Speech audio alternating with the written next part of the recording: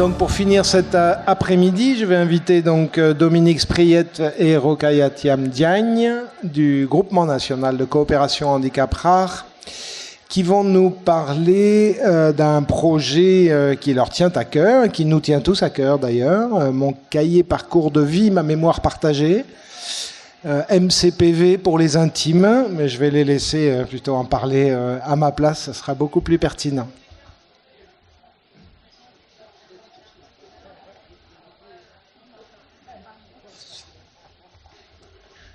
Bonjour à toutes et à tous. Vous m'entendez bien? Merci encore de nous avoir invités par rapport à ces journées, donc les rencontres internationales. Franchement, j'accompagne cette expérimentation depuis quelques années, donc depuis 2019. À travers tout ce qui est l'animation, mais également la coordination et la mobilisation de l'ensemble des acteurs qui sont sur l'expérimentation de ce projet. Donc c'est un grand plaisir de vous présenter avec Dominique le carnet de parcours de vie, ma mémoire partagée, et représente avant tout une démarche avant d'être un support pour permettre à la personne avec des difficultés majeures de communication de pouvoir communiquer, échanger et de partager des souvenirs et de faire des choix autrement que la parole. Nous vous proposons deux interventions à deux voix avec Dominique, une partie sur le pourquoi du projet et aussi une deuxième partie sur la réalisation et les prérequis pour réaliser le carnet de parcours de vie. Et également pour terminer en vous présentant les défis mais et les enjeux par rapport à cette expérimentation-là. Avant de passer la parole à Dominique, ah oui, c'est l'autre côté. Voilà, je ne vais pas me retarder pour vous présenter le Groupement national de coopération handicap rare que Gwenaëlle, la secrétaire générale, et que Olivier a déjà parlé. Donc, je vais passer sur le champ du handicap rare, parce que je trouve que c'est important qu'on puisse remettre quelques mots là-dessus, parce que le handicap rare, c'est un champ d'intervention, donc défini par rapport à l'arrêté 2020. Ah, je me suis... 2000. Donc, les personnes concernées, soit ont une double déficience grave, une situation de handicap auditive ou une situation de handicap, une déficience grave visuelle. Également, soit aussi il y a une association d'une déficience visuelle grave et d'une déficience, d'autres types de déficience, ou une déficience auditive grave et d'une autre déficience, soit une dysphasie grave associée ou non à une autre déficience. Et aussi tous les autres types de déficiences qui sont liées à la maladie ou une affection chronique, comme une affection mitochondriale, une affection du métabolisme ou également une affection évolutive du système nerveux. Ah oui, c'est l'autre sens. Avant de la réalisation du carnet de parcours de vie est une des actions du deuxième schéma, puis du troisième schéma. Et comme l'a souligné tout à l'heure Gwenaëlle, les schémas nationaux sont une feuille de route du Groupement national de coopération handicap rare. Dans l'action 34 du second schéma, il prévoit de pouvoir expérimenter la mise en place d'un carnet de parcours de vie avec les représentants des familles. Et durant cette période du deuxième schéma, on a pu analyser, tester des solutions existantes au niveau national, mais également au niveau international, avant de définir une méthodologie de mise en place et d'évaluation. Mon carnet de parcours de vie est un outil accessible pour les personnes en situation de handicap rare. Donc, dans la continuité de ce projet, le troisième schéma, dans son action 3, prévoit de réaliser et diffuser un carnet de parcours de vie. et de pouvoir, dans le cadre du soutien et à l'innovation et au service du développement des compétences, nous continuons à expérimenter le carnet de parcours de vie, ma mémoire partagée, de pouvoir aussi le déployer au niveau des personnes et familles et aussi de pouvoir les former, parce que aussi c'est un outil, c'est un support, de pouvoir les former, les personnes, mais également leurs proches aidants. Je passe la parole à Dominique pour qu'elle puisse vous parler de tout ce qui est pourquoi créer un carnet de parcours de vie, ma mémoire partagée. Bonjour à tous et à toutes. Au cours de cette présentation, on va reprendre quelques idées qu'on a déjà formulées lors d'exposés précédents et que vous pourrez retrouver sur le site du GNCHR. Il y a des vidéos et puis bon, vous allez fouiller, ce sera très bien. Donc certaines personnes en situation de handicap rare peuvent avoir des difficultés majeures de communication. C'est pour elles qu'on a pensé ce carnet. Voyons quels sont les principaux objectifs du carnet, ma mémoire partagée. Comment il permet à la personne en situation de handicap rare de construire son identité pour être connue et reconnue, de construire sa mémoire pour partager et soutenir des échanges. Alors, j'ai pas visé juste. C'est bon. Tous et toutes, nous avons des pensées à partager, des demandes à formuler, des points de vue à transmettre, des informations à donner, des souvenirs à raconter. La plupart du temps, on le fait à l'oral ou à l'écrit, dans la langue qui est pratiquée dans notre environnement. Chez nous, en français, parfois traduite en LSF dans certaines circonstances, ou en anglais comme aujourd'hui. Les personnes en situation de handicap rare qui ne peuvent s'exprimer oralement ou avec quelques signes, ou en langue des signes, ont elles aussi des choses à dire, des pensées à élaborer, des demandes à formuler. Comment le font-elles? Avec des gestes, des sourires, des pleurs, des vocalisations, des pointages, des mouvements, un comportement. Comment leur environnement est-il prêt à les écouter, à les comprendre, à les connaître? Est-on prêt à accorder, à s'accorder le temps nécessaire aux échanges? On l'a entendu tout à l'heure avec Jen, et ça m'a fait plaisir de l'entendre, parce que c'est un des points forts de ce qui nous tient. Donc une petite anecdote que j'ai déjà partagée avec certains d'entre vous. En octobre 1996, au siècle dernier, Yasmine, qui est totalement sourde aveugle, relisait, entre guillemets, son cahier de vie de la semaine passée dans l'établissement. Arrivée sur la page où il y avait du foin, elle repousse le cahier et puis elle manifeste vraiment un désagrément. Sur cette page où il y avait de la paille de coller, les commentaires disaient « Au Poney Club, en attendant que le poney soit scellé, je me suis allongée dans la paille. » De toute évidence, ce commentaire ne correspondait pas à la réaction de Yasmine. Qu'avait-elle envie de me raconter? Dans les jours qui ont suivi, j'ai appris qu'elle était tombée du cheval, enfin du poney. Yasmine, elle avait envie de partager cela. Elle avait envie que je lui parle de ce moment désagréable, inattendu, de la douleur, de la peur. Elle avait en elle ses pensées. À 5 jours de temps, elle avait en elle ses pensées. Elle avait ses souvenirs de cette épreuve, mais elle n'avait pas les mots pour le dire. À l'époque, un cahier de vie tactile était en place pour justement soutenir les échanges, pour soutenir l'évocation des souvenirs. Yasmine, elle avait la juste évocation. Moi, je n'avais pas le code pour pouvoir comprendre ce qui se passait.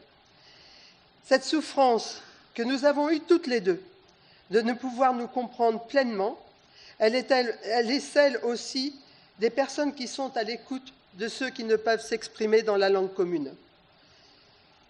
25 ans plus tard, l'accompagnement des personnes en situation de handicap rare et la technologie ont beaucoup progressé. On va s'arrêter, si on y arrive, sur la notion d'identité. Le Larousse propose beaucoup d'entrées pour le mot identité. Des entrées avec des notions de similitude, d'égalité, de mathématiques, de droit. Nous retiendrons particulièrement les définitions d'identité suivantes. Le caractère permanent et fondamental de quelqu'un, d'un groupe, qui fait son individualité, sa singularité et l'ensemble des données et des faits, des droits qui permettent d'individualiser quelqu'un. Date et lieu de naissance, nom, prénom, filiation, etc. Sur un plan psychologique, l'identité permet de se reconnaître et d'être reconnu, d'avoir une identité sociale. C'est la conviction qu'un individu a d'appartenir à un groupe reposant sur le sentiment d'une communauté géographique, linguistique, culturelle, sexuelle, religieuse, et qui induit certains comportements spécifiques. Le carnet de parcours de vie, ma mémoire partagée, permet à la personne de construire sa propre identité. Elle va alimenter les rubriques « qui je suis » ou « mon entourage » et ainsi être mieux connue ou reconnue lors des échanges qu'elle va avoir. Le carnet lui permet de trouver sa place sociale au-delà de ses différences et des difficultés. C'est ce qu'a vécu Alan lorsqu'il a partagé son carnet avec les élèves de sa classe. Ils ont pu mieux le comprendre, connaître ses difficultés, sa communication, ses centres d'intérêt et s'ajuster à lui. Hop, c'est le moment où on jongle. Ouais. Construire la mémoire, les souvenirs avec pour support le carnet de parcours de vie, ma mémoire partagée. Dans cette partie, je me suis appuyée sur un dossier de Francis Eustache de l'ISTERN, des travaux de Serge Laroche du CNRS et sur le site qui est en bas, Smart Learning. La mémoire est la fonction qui nous permet d'intégrer, conserver, restituer des informations pour interagir avec l'environnement. Elle rassemble les savoir-faire, les connaissances, les souvenirs. Elle est indispensable à la réflexion et à la projection de chacun dans le futur. Elle fournit la base de notre identité. La mémoire n'est pas une faculté unique. Elle a différentes formes en fonction du traitement de l'information. Elle se compose en 5 systèmes interconnectés. La mémoire de travail, ou dite à court terme, qui est au cœur du réseau. La mémoire sémantique et la mémoire épisodique sont 2 systèmes de représentation consciente à long terme que nous avons regroupés dans la mémoire déclarative ou explicite. Alors c'est intéressant parce qu'il y a beaucoup de qualificatifs pour la mémoire, en fonction de si on est orthophoniste ou si on est plutôt ça ou si on est plutôt ça. Donc j'ai essayé de rassembler ces notions.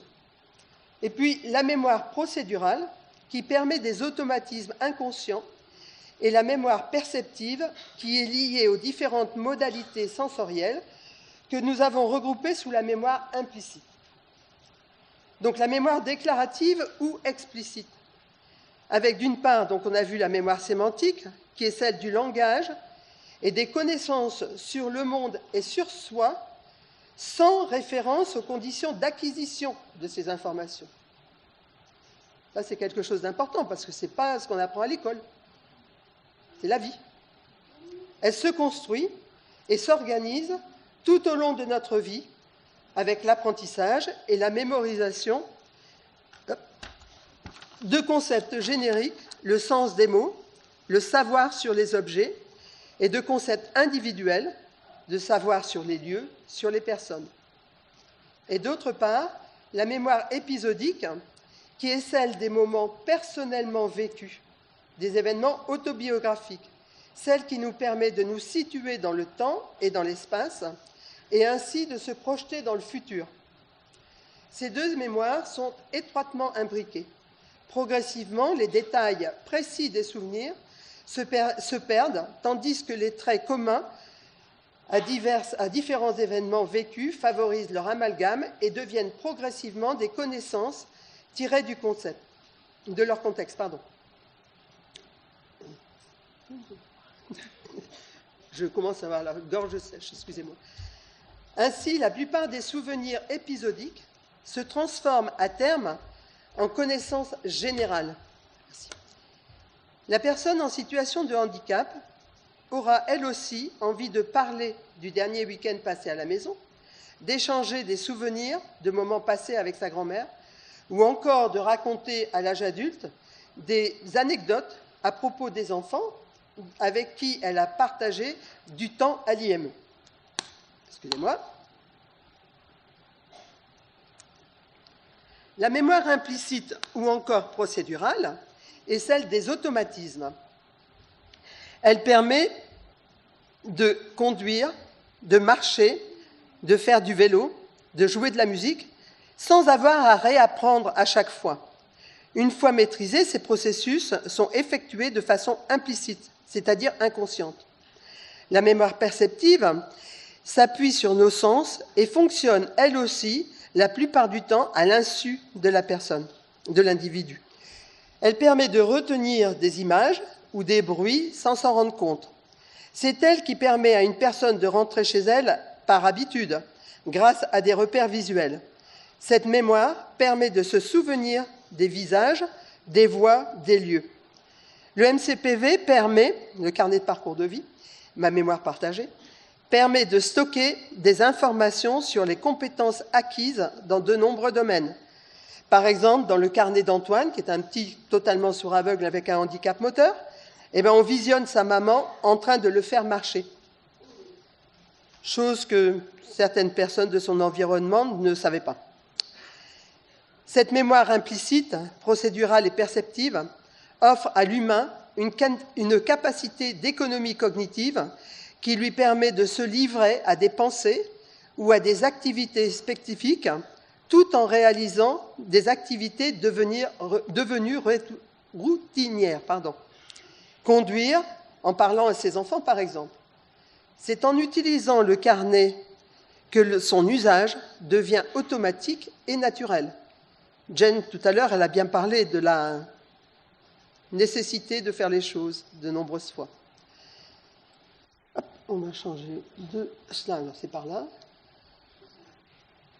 Je ne l'ai pas eu. Je ne l'ai toujours pas.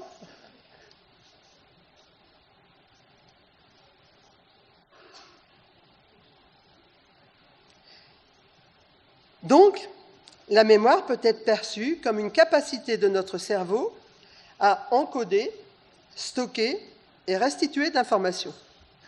Quel parallèle pouvons-nous faire entre ce processus très complexe et la mémoire du support numérique du carnet de parcours de vie?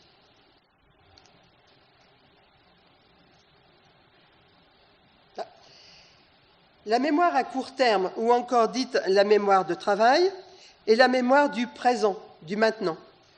Elle permet de manipuler et de retenir des informations pendant la réalisation d'une tâche, d'une activité. Elle va être en œuvre dans tous les moments partagés autour du carnet. Voyons particulièrement les 3 étapes clés. Premièrement, l'encodage.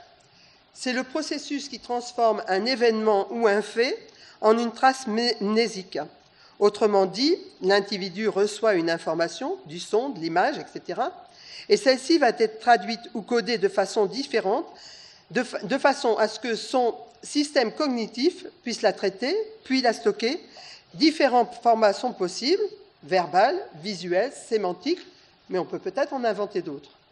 Dans le contexte du carnet de parcours de vie, c'est le moment où les acteurs, la personne en situation de handicap rare, et là où les personnes qui aident à construire le carnet reprennent une situation, un épisode, un événement vécu par la personne. Ils vont retraduire cette information en pictogramme, en photo, en livret, en vidéo, en traces tactiles, pour que la personne puisse la réévoquer, la traiter dans un format qui lui est accessible.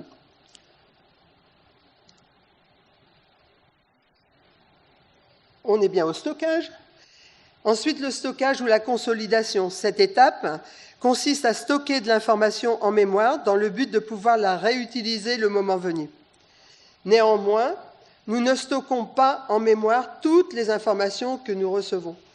Ainsi, certains facteurs vont être déterminants, comme par exemple la saillance de l'information. Elle attire notre attention, elle nous affecte sur un plan émotionnel. L'utilité de l'information, à quoi ça va nous servir? Ou la motivation, pourquoi on veut la retenir? Il en est de même dans le carnet de parcours de vie, on n'y met pas tout, mais ce qui est important pour la personne. Sur un plan affectif, une fête d'anniversaire par exemple, ce qui est utile, ce que j'aime ou n'aime pas, un emploi du temps. Ce qui est important pour elle, des blagues qu'elle aime raconter ou des photos de voitures anciennes. Ce qui est intéressant à partager, par exemple, l'exemple que je vous donnais tout à l'heure de Antoine qui marche. Ensuite, nous allons...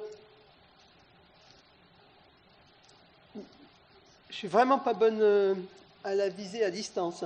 La récupération, voilà, j'ai récupéré. Il s'agit du processus au cours duquel une information stockée va être récupérée pour l'utiliser dans un but précis. C'est là que le carnet de parcours de vie prend tout son sens, toute sa finalité. La personne en situation de handicap rare et son entourage vont pouvoir l'utiliser pour échanger, discuter, raconter, choisir, continuer à l'enrichir, continuer à s'enrichir.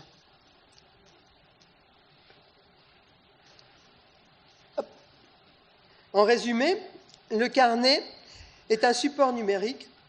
Il appartient à la personne en situation de handicap rare ou de handicap complexe du langage. Il est à sa disposition. Le carnet permet aux partenaires de l'échange d'avoir un accès rapide à l'information. Cela évite la frustration des professionnels de devoir rechercher une information auprès d'un autre professionnel qui n'est pas de service ou dans un dossier qui n'est pas accessible. Le MCPV permet peut-être d'atténuer la frustration des partenaires de l'échange face à l'incompréhension.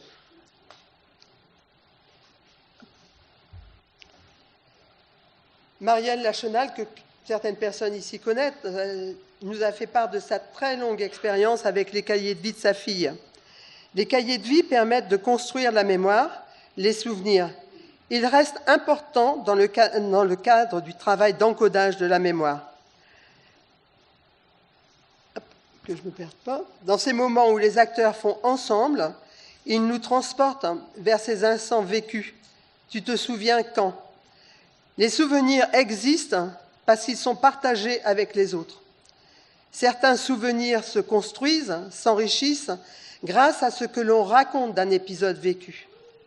Mais leur accès est parfois difficile lorsqu'on est éloigné de la bibliothèque des cahiers de vie. Marielle, elle en a 25 ans là. Et donc quand vous êtes ailleurs, eh bien, si vous voulez réévoquer quelque chose qui était là-bas, c'est difficile.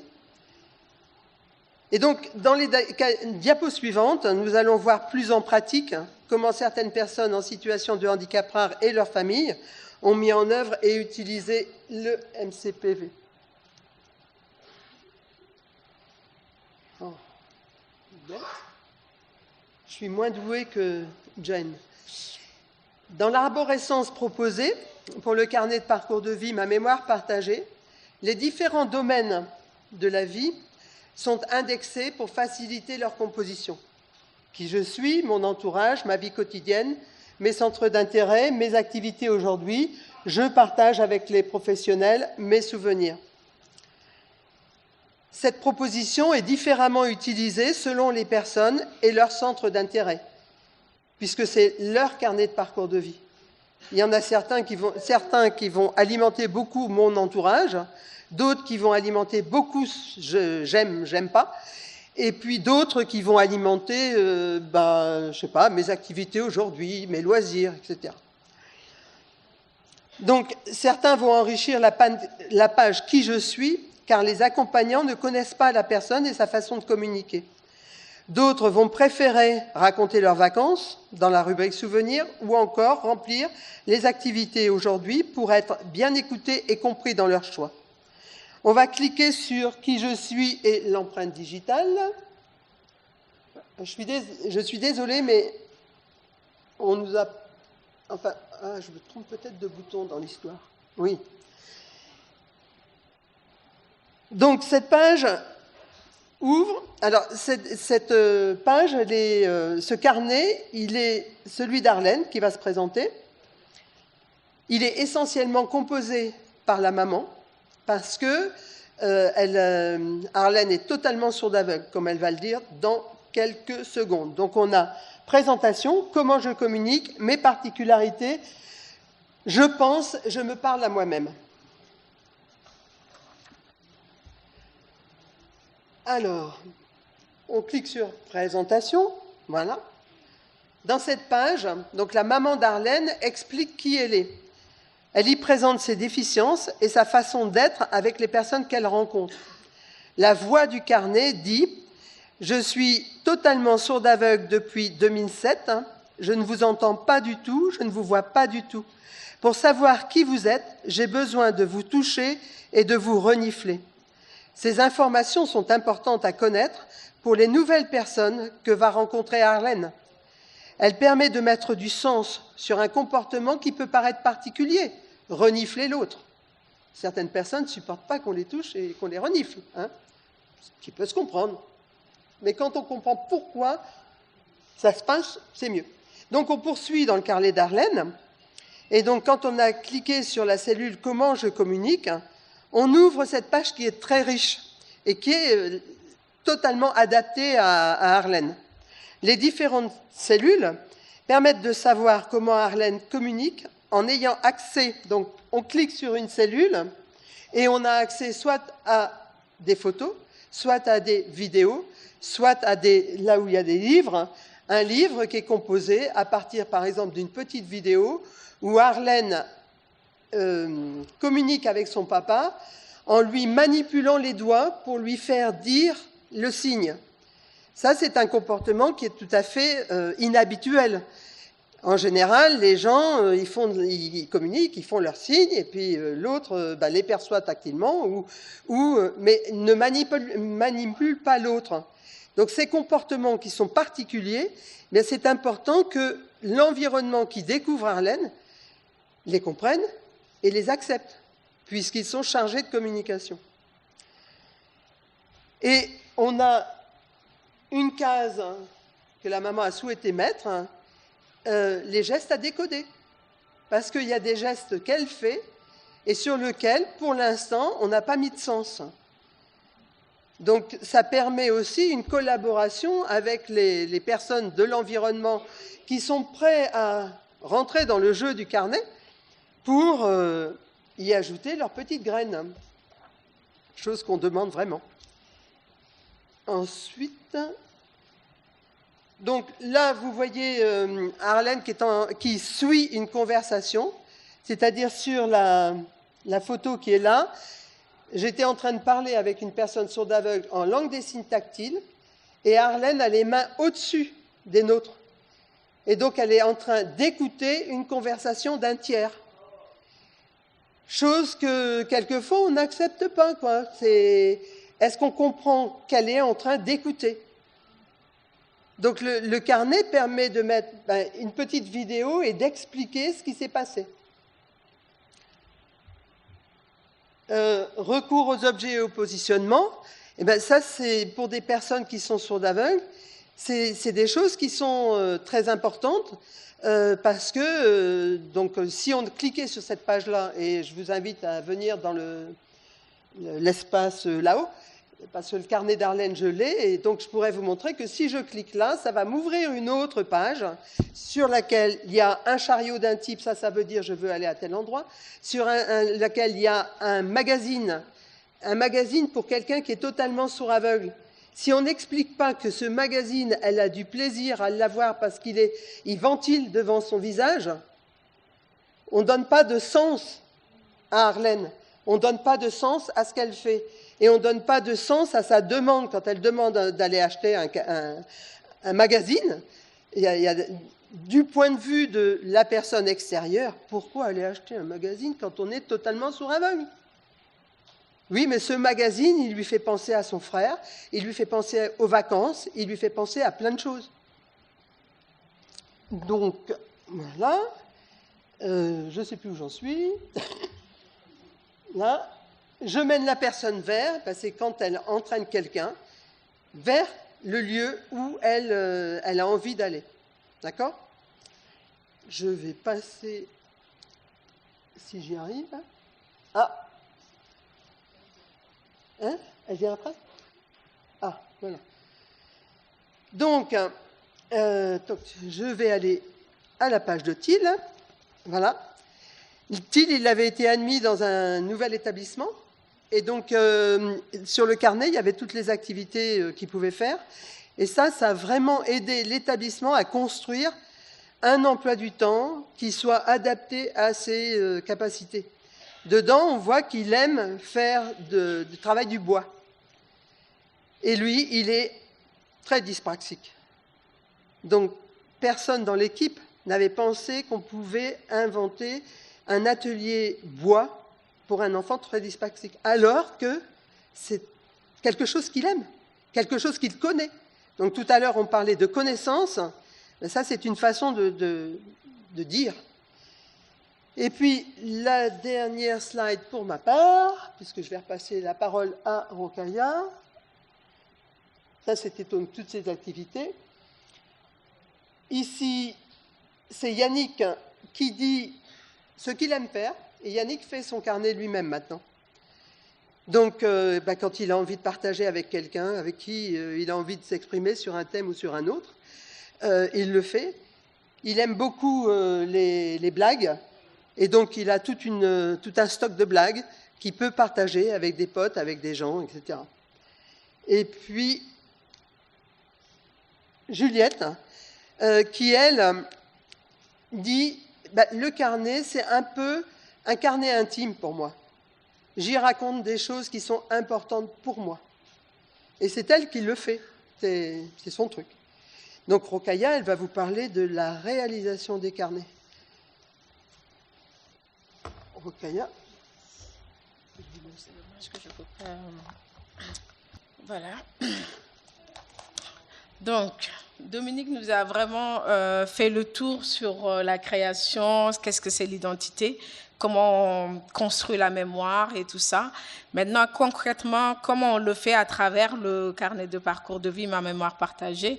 Donc, on va voir ensemble les aspects pratiques à travers les acteurs, comme tout à l'heure l'a précisé les différents interlocuteurs sur le partenaire avec la personne concernée. Donc, de pouvoir créer... Voilà. Donc, avant de pouvoir même commencer la création du carnet, il y a cette phase qui est très importante, donc de pouvoir identifier le trio d'acteurs, donc la personne concernée, effectivement, qui est soit nous, par rapport à l'expérimentation du carnet, c'est une personne qui est en situation de handicap rare, avec des difficultés majeures pour pouvoir construire sa mémoire, ses souvenirs, mais également transmettre son identité. Et également de pouvoir identifier un binôme.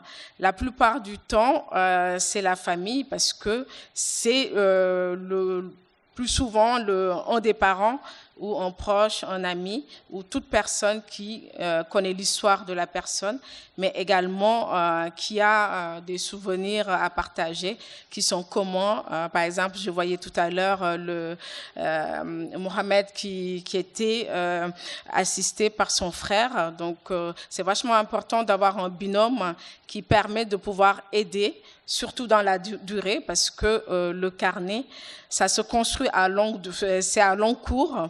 Il faut, ce qui implique de pouvoir donner du temps dans la durée pour pouvoir réaliser et construire le carnet. Il faut également une troisième personne. La plupart du temps, c'est un professionnel volontaire qui est soit dans la structure d'accueil ou peut-être un orthophoniste en libéral ou également un autre membre de la famille qui puisse qui connaît bien le logiciel support, parce que le carnet de parcours de vie, comme vous l'a montré quelques exemples par Dominique, c'est une arborescence qui a besoin d'avoir un logiciel pour pouvoir être utilisé et pour pouvoir aussi pour pouvoir communiquer et échanger. Et donc, du coup, cette troisième personne, il faut qu'il puisse avoir quand même une petite appétence en informatique parce que il y a ce besoin de pouvoir transmettre et de pouvoir aussi former les différents partenaires pour pouvoir créer l'outil. Donc, en fonction de la personne, de sa situation aussi de handicap, dans la situation qui a été montrée tout à l'heure par Dominique, la situation de Arlène, c'est sa maman qui fait le carnet pour elle. Alors que pour Juliette et pour Yannick, pour Juliette, elle le fait toute seule, alors que Yannick, il le fait, mais aussi aidé, accompagné par d'autres professionnels.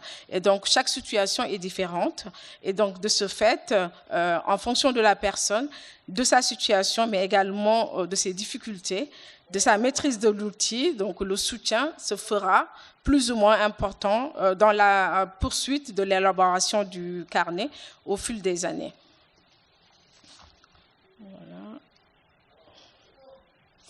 Voilà. Pour pouvoir développer ce carnet, donc qu'est-ce qu'il faut? Donc le carnet, pour pouvoir le développer, il faut nous avons identifié 4 phases, donc qui sont hyper importantes, mais également indispensables pour permettre à la personne, mais également ses partenaires, donc les différents acteurs, de pouvoir avancer sereinement dans la réalisation de carnet. Parce que, comme je l'ai dit tout à l'heure, un carnet n'est jamais fini. C'est pas qu'on fait aujourd'hui et que c'est terminé. C'est pas qu'aussi, comme l'a souligné tout à l'heure Dominique, on remplit l'ensemble des rubriques, l'ensemble des informations importantes. On choisit de commencer par soit une rubrique ou une cellule et après on complète en fonction du besoin, mais aussi les informations importantes qu'on souhaite stocker pour que la personne soit comprise.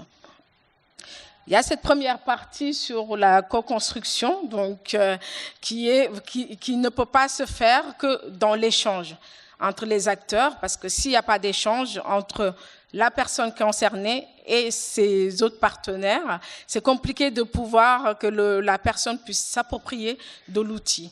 Parce que aussi, donc, du coup, c'est là où le carnet devient un vrai vecteur de développement de la pensée, mais également de mise en mots, de compréhension des gestes et des expressions. Parce que lors de l'échange, lors de la construction, il y a des sons qui sortent, il y a des gestes, et en faisant avec la personne, là, on essaie de déchiffrer les sons, les gestes, et que ces gestes et ces sons peuvent être soit filmés ou prendre des photos pour pouvoir alimenter le carnet, comme dans le cas d'Arlène, que vous pourrez regarder tout à l'heure lors de ces 3 journées au salon. Donc le carnet, à travers sa réalisation, il permet de créer une vraie dynamique de co-construction entre la personne concernée et les acteurs autour, par exemple les parents, les frères, on l'a vu tout à l'heure, hein, donc la présentation de Mohamed, ça m'a vraiment touchée parce qu'on le voit à travers l'expérimentation qu'on a réalisée sur le carnet. Donc soit c'est les parents, la plupart des mamans, mais également il y a la fratrie qui n'est pas loin. Attention, par rapport à cette co-construction, donc comme je disais tout à l'heure, il faut aller au-delà de construire pour. C'est pas l'objectif du carnet, c'est pas voilà, je le fais pour. Sauf si pour des cas très exceptionnels, la personne ne peut pas faire, mais elle participe à sa manière. Donc d'éviter et aussi d'aller au-delà, de construire pour, mais également pour être dans vraiment la co-construction avec la personne. Et là, on se rend compte que la personne concernée s'approprie de l'outil et aussi l'utilise au quotidien. Et donc, Jeanne le disait tout à l'heure sur le fait que, voilà, est-ce que j'utilise mon carnet ou pas? 3 minutes? Olivier, c'est pas cool ça. Voilà. L'autre point que je voulais vraiment aborder avec vous, c'est vraiment ce que je disais tout à l'heure. Donc, le carnet de parcours de vie, c'est pas juste un support, c'est une démarche.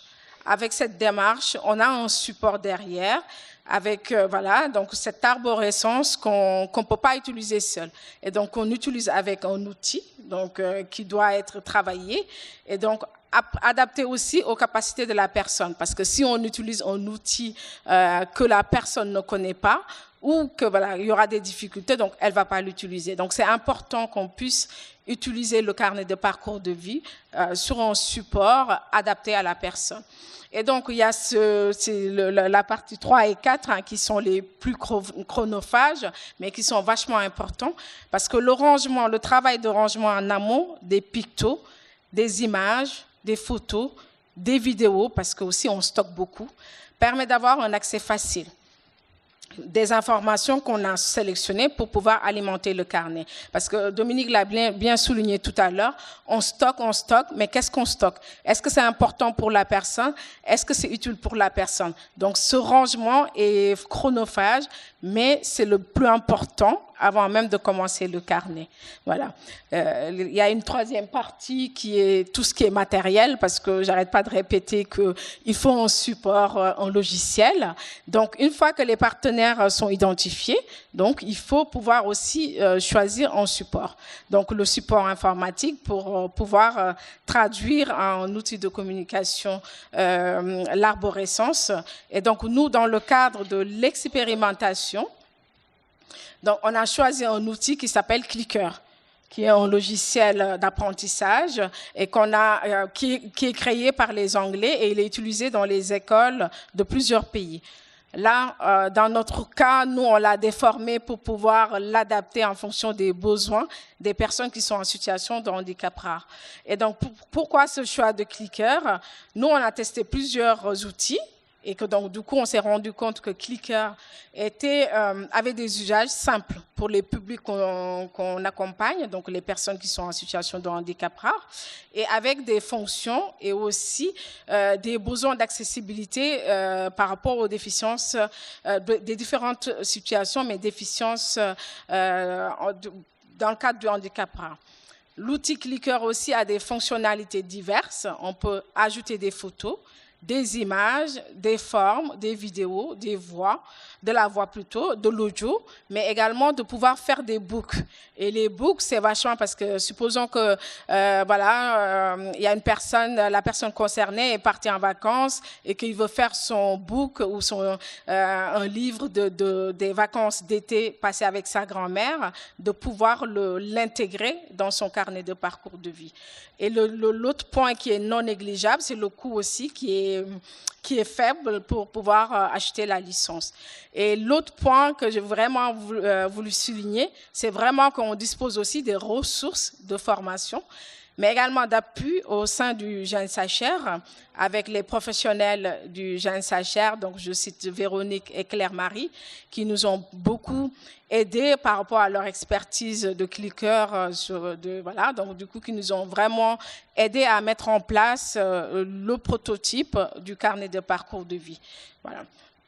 Le troisième point, c'est vraiment un choix très important et que tout à l'heure, il y a Mathilde qui le signalait par rapport à Mohamed sur le fait que sa tablette, le tactile n'est pas un truc. Donc, le choix du matériel est vachement important parce que c'est une tablette qui est choisie ou un ordinateur portable, mais il faut se dire que dans les deux cas, il faut un ordinateur puissant, avec une mémoire de l'ordinateur conséquente, mais également une mémoire vive qui est importante pour que le carnet puisse être utilisé de manière naturelle, mais également aussi permettre des interactions rapides. Et pour finir, donc on a mis en place une plateforme, sur la plateforme des handicaps rares, un espace qui nous a permis de pouvoir faciliter les différents échanges. Voilà. Comment tout ça a été mis en place? Parce que comme il ne me reste pas beaucoup. Il faut retirer le temps de clic. Il ne veut plus. Ah, ça y est. Donc, comment tout ça a été mis en place? Donc, pour construire un carnet, donc il faut être au plus près des besoins de la personne. Donc, le soulignait tout à l'heure les intervenantes précédentes, de se dire voilà. Là, nous, on a fait une expérimentation pour savoir est-ce qu'effectivement, on a créé un outil, un support. Est-ce que ce support est utile aux personnes ou pas?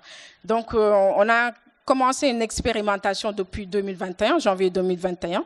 Et donc, il y a une vingtaine de personnes qui ont participé. Et donc, les personnes sont âgées de 5 à 42 ans, avec des différents profils de situation de handicap rare, soit la surdicécité, le cas de Harlem, soit une déficience visuelle avec des troubles du spectre autistique. Il y a aussi la dysphasie sévère, des syndromes ou des maladies. Donc, on avait un panel assez large qui nous ont permis aussi de se dire, effectivement, le support MCPV est utile pour les personnes.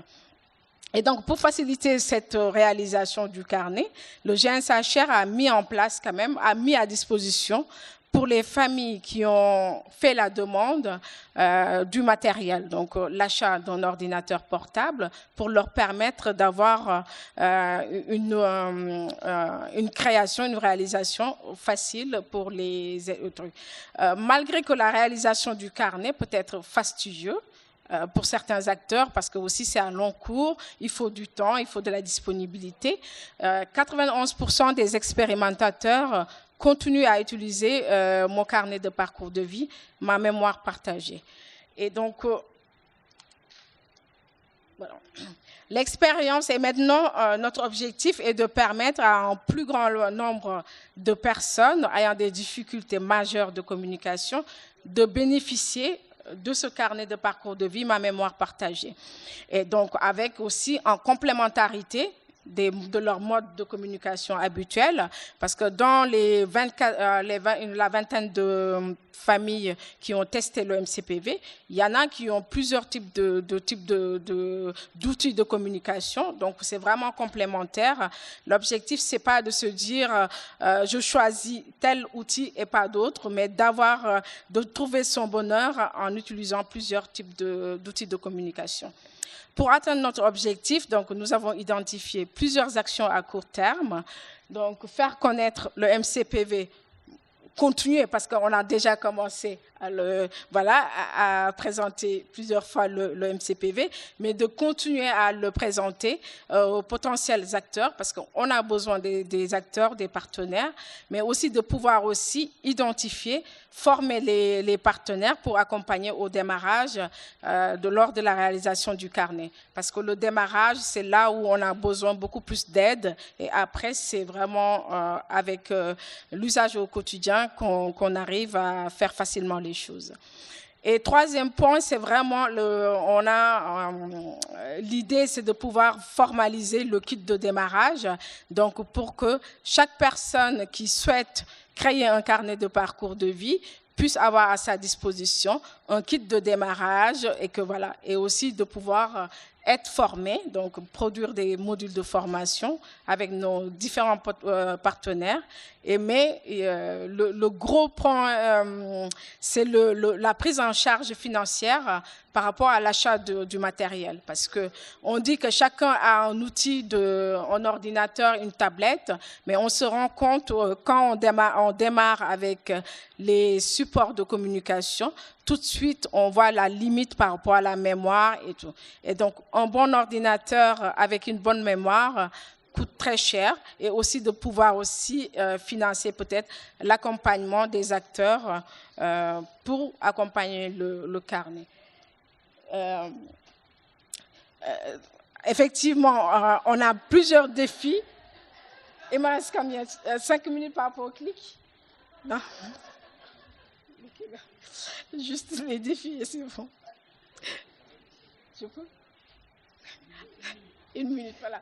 Donc, pour terminer, on a fait quand même une liste de défis et tout ça, parce qu'on s'est rendu compte que, la co-construction, c'était pas du tout ça. On construit pour ce que j'avais dit, donc c'est une répétition pour que, Et que aussi, pour certaines personnes dans lesquelles la co-construction est difficile, on voit que les partenaires créent beaucoup, ils font beaucoup de preuves d'innovation et de créativité.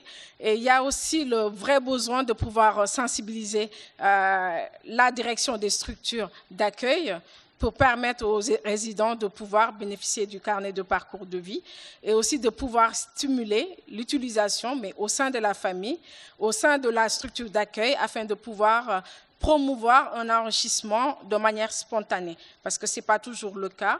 Également, établir des partenariats avec les écoles pour pouvoir créer, optimiser le matériel, parce qu'on se rend compte que les coques, les protections sont toujours pas aussi adaptées par rapport aux ordinateurs qu'on utilise. Et donc, pour terminer, ah, je termine.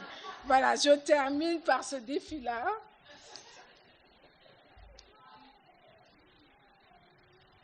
Bon, je vais terminer là. Parmi ces 24 expérimentations, on a vu qu'il y avait 7 personnes qui utilisaient le carnet, soit avec l'école, soit avec la structure, mais avec des utilisations très, très différentes. Donc, voilà. Donc, l'objectif, c'est vraiment d'intégrer le carnet de parcours de vie dans les structures d'accueil des personnes. Et comme l'a souligné dans la conférence nationale et tout, donc, du handicap, de pouvoir mettre la communication au centre de l'accompagnement des personnes. Désolée, je suis désolée. Je suis désolée.